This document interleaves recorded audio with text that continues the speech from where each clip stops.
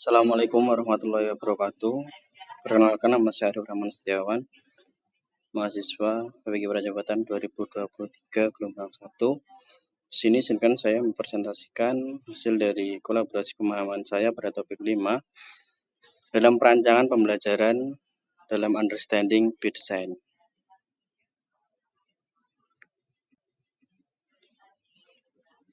Hasil diskusi dan juga kajian yang saya kaji dari artikel, yaitu berdasarkan hasil diskusi bersama dengan kelompok lain dan beberapa kajian literatur dari artikel maupun jurnal, dapat disimpulkan bahwa rancangan pembelajaran berdasarkan pada pendekatan Understanding Bit Design dengan memperhatikan beberapa aspek, yaitu W, H, E, R, E, T, O yang digunakan untuk membantu dalam proses penilaian.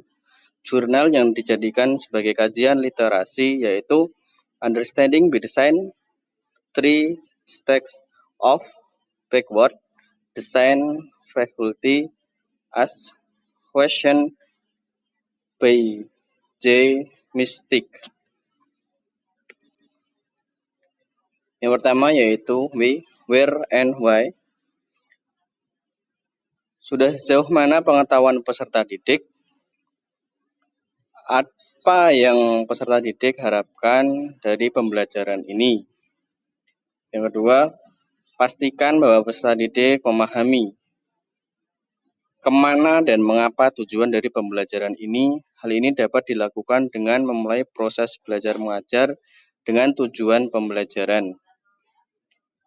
Dan guru menyampaikan tujuan pembelajaran serta manfaat dari materi yang telah disampaikan pada peserta didik. Yang kedua yaitu H, Hook and Hold, yaitu pemberian pertanyaan pemantik yang berkaitan dengan permasalahan kontekstual di sekitar peserta didik terkait dengan materi yang akan disampaikan, dan guru mengarahkan peserta didik agar dapat terlibat aktif dalam proses pembelajaran, yaitu dengan menarik perhatian peserta didik awal pemahaman dan menahan perhatian mereka sepanjang pembelajaran. Yang selanjutnya yaitu E, Equip, Experience, and Explore, yaitu peserta didik diberi keleluasaan untuk mengeksplorasi pengetahuan dari berbagai sumber belajar sehingga dapat membekali peserta didik untuk sukses. Dan guru memberikan peserta didik dengan pengalaman, alat, pengetahuan, dan keahlian yang diperlukan untuk mencapai tujuan kinerja. Selanjutnya yaitu R, Reflect, Writing, and Receive, yaitu saya menyimpulkan guru memberikan kesempatan pada peserta didik untuk memikirkan kembali. Yang kedua, ide-ide besar, merefleksikan kemajuan dan merevisi pekerjaan yang telah dikerjakan. Yang ketiga, peserta didik memikirkan kembali dan merevisi proses pembelajaran mereka. Yang selanjutnya yaitu guru dapat menanyakan kembali terkait materi yang telah diajarkan sebelumnya. Selanjutnya, guru dapat meminta peserta didik untuk menyampaikan hal-hal yang ingin mereka pelajari terkait materi yang sedang dikerjakan dalam proses pembelajaran di kelas. Selanjutnya, guru dapat meminta peserta didik untuk menanyakan materi yang belum mereka pahami ketika pembelajaran kepada guru di kelas. Selanjutnya, guru dapat meminta peserta didik untuk menulis dari pengetahuan dan pengalaman mereka yang diterapkan untuk topik yang akan dipelajari. Yang terakhir, guru dapat menanyakan kesimpulan di akhir pembelajaran sehingga peserta didik harus mengingat kembali dan mengonstruksi konsep yang telah didapatkan. Selanjutnya yaitu E, Evaluate.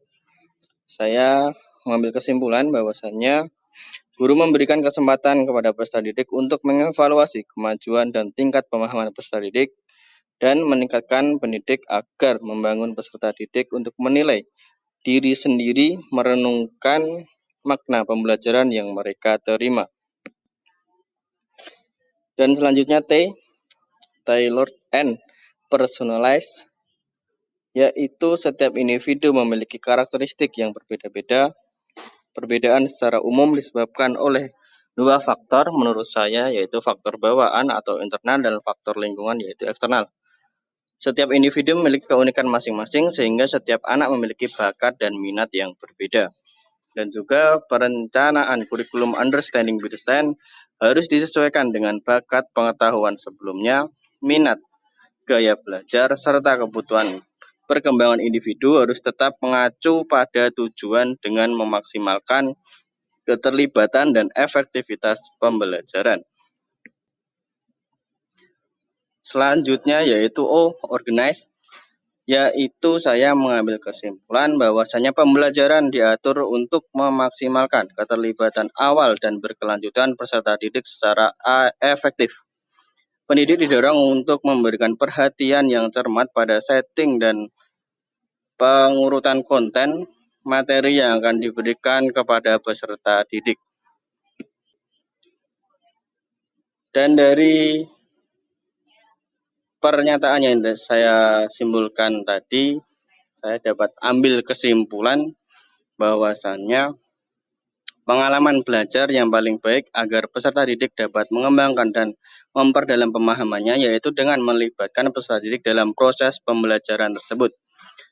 Misalnya dalam pembelajaran bahasa Inggris, materi produktur teks. Nah, seperti itu. Dan juga pada mata pelajaran saya yaitu bimbingan dan konseling, siswa mampu untuk mengembangkan dirinya untuk lebih maju, dan saya memfokuskan pada bimbingan karir untuk langkah ke depan yang lebih baik lagi. Peserta didik diarahkan untuk membuat teks prosedur terkait makanan yang mereka makan sehari-hari dan mempraktikkannya di rumah. Jadi peserta didik bukan hanya mempelajari materi pelajaran saja, tapi juga diarahkan untuk mendapatkan pengalaman belajar yang bermakna.